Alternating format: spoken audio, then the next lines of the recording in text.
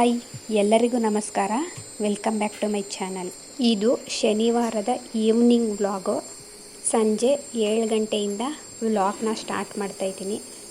ಅಣ್ಣೆ ಸೊಪ್ಪಿನ season start ಆಯಿತು. ಹಾಗಾಗಿ ಅಣ್ಣೆ ಸೊಪ್ಪು ಇದ್ಮೇಲೆ ಈ ಸಾಂಬಾರನ್ನ ಮಾಡಲೇಬೇಕು. ತುಂಬಾ ರುಚಿಯಾಗಿರುತ್ತೆ.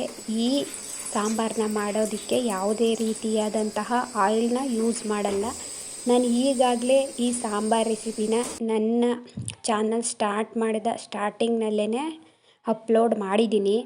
ಮೊದಲಿಗೆ ನಾನಿಲ್ಲಿ ಒಂದು ತಪ್ಪಲೆಯಲ್ಲಿ ನೀರು ಹಾಕಿ ಅದಕ್ಕೆ 5 ಹಸಿಮೆಣ್ಸಿನ್ಕಾಯಿನ ಹಾಕಿ ನೀರನ್ನ ಕಾಯೋದಕ್ಕಿಟ್ಟಿದ್ದೀನಿ. ನೀರು ಕಾದಿದ ನಂತರ ಸೊಪ್ಪನ್ನ ತೊಳೆದಿಟ್ಕೊಂಡಿದ್ದೆ. ಆ ಸೊಪ್ಪನ್ನ ಇದಕ್ಕೆ ಸೇರಿಸ್ತಾ ಇದ್ದೀನಿ. ಈಗ ಸೊಪ್ಪು ಬೇಯೋ ತನಕ ಕುದಿಸ್ಕೊಳ್ಬೇಕು. ಇನ್ನು ಸೊಪ್ಪು ಬೇಯೋ ಅಷ್ಟರಲ್ಲಿ ಮಜ್ಜಿಗೆ ಮಾಡಿಟ್ಕೊಂಡಿದ್ದೆ. ಆ ಮಜ್ಜಿಗೆನ ಒಂದು ತಪ್ಪಲೆಯಲ್ಲಿ ಹಾಕ್ಕೊಂಡು ಅದಕ್ಕೆ ಉಪ್ಪು ಹಾಕ್ಕೊಳ್ತಾ ಇದ್ದೀನಿ. ಉಪ್ಪು ಸ್ವಲ್ಪ ಕರಗೋದಕ್ಕೆ ಬಿಡ್ತಾ ಇದ್ದೀನಿ. ಬೇಕು ಅಂದರೆ ಪುಡಿ ಉಪ್ಪನ್ನು ಸಹ ಹಾಕೋಬೋದು, ಆದರೆ ನಾನು ಕಲ್ಲುಪ್ಪನ್ನೇ ಸೇರಿಸ್ಕೊಳ್ತಾ ಇದ್ದೀನಿ. ಮಜ್ಜಿಗೆ ಗಟ್ಟಿ ಮಜ್ಜಿಗೆ ಆಗಿರಬೇಕು, ತೆಳ್ಳಗೆ ನೀರು ಥರ ಇರಬಾರ್ದು. ಈ ಸಾಂಬಾರನ್ನ ಮಾಡೋದಕ್ಕೆ ಈ ಥರ ಗಟ್ಟಿಯಾಗಿದ್ರೇ ಸಾಂಬಾರು ತುಂಬಾ ಟೇಸ್ಟಾಗಿ ಬರೋದು. ಇನ್ನು ಉಪ್ಪನ್ನ ಸೇರಿಸಿ ಅದನ್ನು ಕರಗೋದಕ್ಕೆ ಬಿಟ್ಟೆ. ಅಷ್ಟರಲ್ಲಿ ಸೊಪ್ಪು ಬೆಂದಿತ್ತು. ಆ ಸೊಪ್ಪನ್ನ ನೀರಿಂದ ಸಪ್ರೇಟ್ ಮಾಡ್ಕೋಬೇಕು. ಈಗ ಈ ಸೊಪ್ಪನ್ನ ತಟ್ಟೆಗೆ ಹಾಕ್ಕೊಂಡು ಆರೋದಕ್ಕೆ ಬಿಡ್ತಾಯಿದ್ದೀನಿ. ಈ ಸೊಪ್ಪು ತಣ್ಣಗಾಗಬೇಕು. ತಣ್ಣಗಾದ್ಮೇಲೆ ಈ ಸೊಪ್ಪನ್ನ ಮಜ್ಜಿಗೆ ಒಳಗಡೆ ಹಾಕಿ ಬಿಡಬೇಕು. ಹಾಗಾಗಿ ಸ್ವಲ್ಪ ತಟ್ಟೆನಲ್ಲಿ ಹಾಕಿ ತೆಳುವಾಗಿ ಹರಡ್ಕೋತಾ ಇದ್ದೀನಿ, ಬೇಗ ಆರ್ಕೊಳ್ಳಿ ಅಂತ ಹೇಳಿ.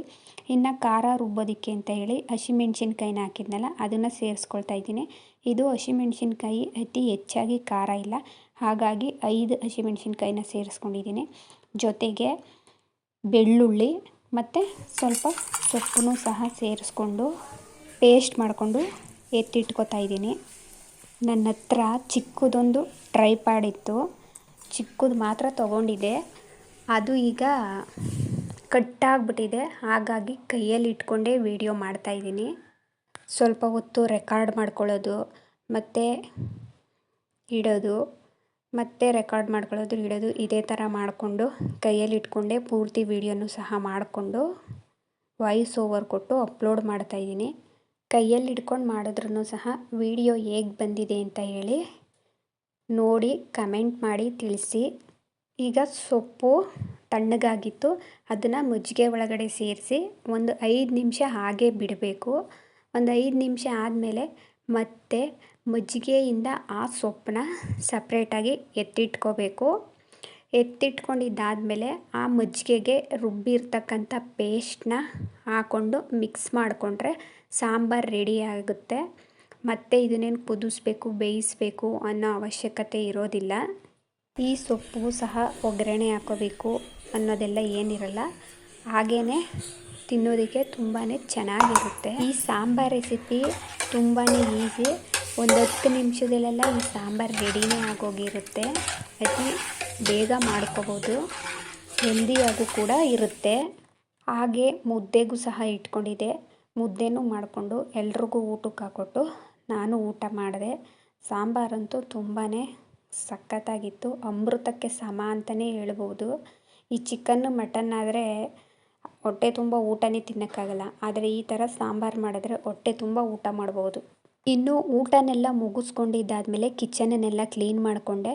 ಹಾಗೆ ನೈಟು ಗಣೇಶದು ಮೆರವಣಿಗೆ ಇತ್ತು. ಇನ್ನು ಭಾನುವಾರ ಗಣೇಶನ ಬಿಡ್ತಾರೆ, ಹಾಗಾಗಿ ಪೂಜೆಗೆಲ್ಲ ರೆಡಿ ಮಾಡಿ ಇಟ್ಕೊಂಡೆ. ಪೂಜೆಗೆ ಒಂದು ತಟ್ಟೆಗೆ ಅಕ್ಕಿ ಹಾಕಿ ಅದಕ್ಕೆ ಎಲೆ ಅಡಿಕೆ, ಕಾಯಿ, ಬಾಳೆಹಣ್ಣು, ಹೂವು, ಗಂಧದ ಕಡ್ಡಿ, ಕರ್ಪೂರ ಇದನ್ನೆಲ್ಲ ಇಟ್ಕೊಂಡು ಪೂಜೆಗೆ ಕೊಡ್ತೀನಿ. ಇನ್ನೂ ಊರೊಳಗಡೆ ಎಲ್ಲ ಹೋಗಿ ಮೆರವಣಿಗೆ ಮಾಡಿಕೊಂಡು ಬರೋ ಅಷ್ಟರಲ್ಲಿ ಲೇಟ್ ಆಗುತ್ತೆ. ಇನ್ನು ನಮ್ಮ ಮನೆಗೆ ಬರೋ ಅಷ್ಟರಲ್ಲಿ ಸುಮಾರಾಗಲೇ 12:15 ಆಗಿತ್ತು. ಈ ಗಣೇಶ ಹಬ್ಬ ಬಂದರೆ ಚಿಕ್ಕ ಮಕ್ಕಳಿಂದ ದೊಡ್ಡೋರವರೆಗೂ ಕೂಡ ತುಂಬಾ ಖುಷಿ.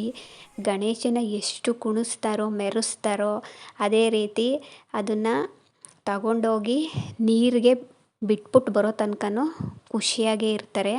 ಇನ್ನು ಭಾನುವಾರ ಬೆಳಿಗ್ಗೆ ಗಣೇಶನ ಬಿಟ್ಟಿದ್ದು. ಫುಲ್ ಎಲ್ಲ ಬಣ್ಣ ಹಚ್ಕೊಂಡು ಕುಣಿದು ಗಣೇಶನ ತಗೊಂಡೋಗಿ ಬಿಟ್ಟು ಬರ್ತಾರೆ. ಇನ್ನು ಗಣೇಶನ ಮೆರವಣಿಗೆ ಜೊತೆಗೆ ಊರಲ್ಲಿರ್ತಕ್ಕಂಥ ಗ್ರಾಮ ದೇವತೆಗಳನ್ನು ಸಹ ಮೆರವಣಿಗೆಗೆ ತಂದಿದ್ರು.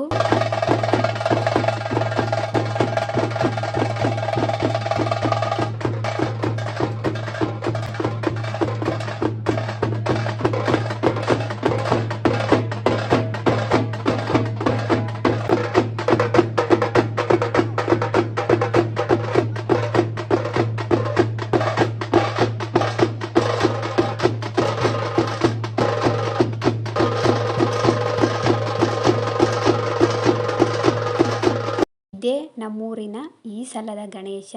ಪಲ್ಲಕ್ಕಿ ಮೇಲೆ ಕೂರಿಸಿ ಅದ್ರ ಮುಂದೆ ಚಿಕ್ಕ ಮಕ್ಕಳನ್ನೆಲ್ಲ ಕೂರಿಸಿ ಮೆರವಣಿಗೆ ಮಾಡ್ತಿದ್ರು. ಈ ಸತಿ ಅಂತೂ ಗಣೇಶನ ತುಂಬ ಖುಷಿಯಿಂದನೇ ಕಳಿಸ್ಕೊಟ್ರು ಅಂತ ಹೇಳ್ಬೋದು. ತುಂಬ ವಿಜೃಂಭಣೆಯಿಂದನೂ ಸಹ ಮಾಡಿದ್ರು. ಇವತ್ತಿನ ನನ್ನ ವ್ಲಾಗ್ ಇದಾಗಿತ್ತು.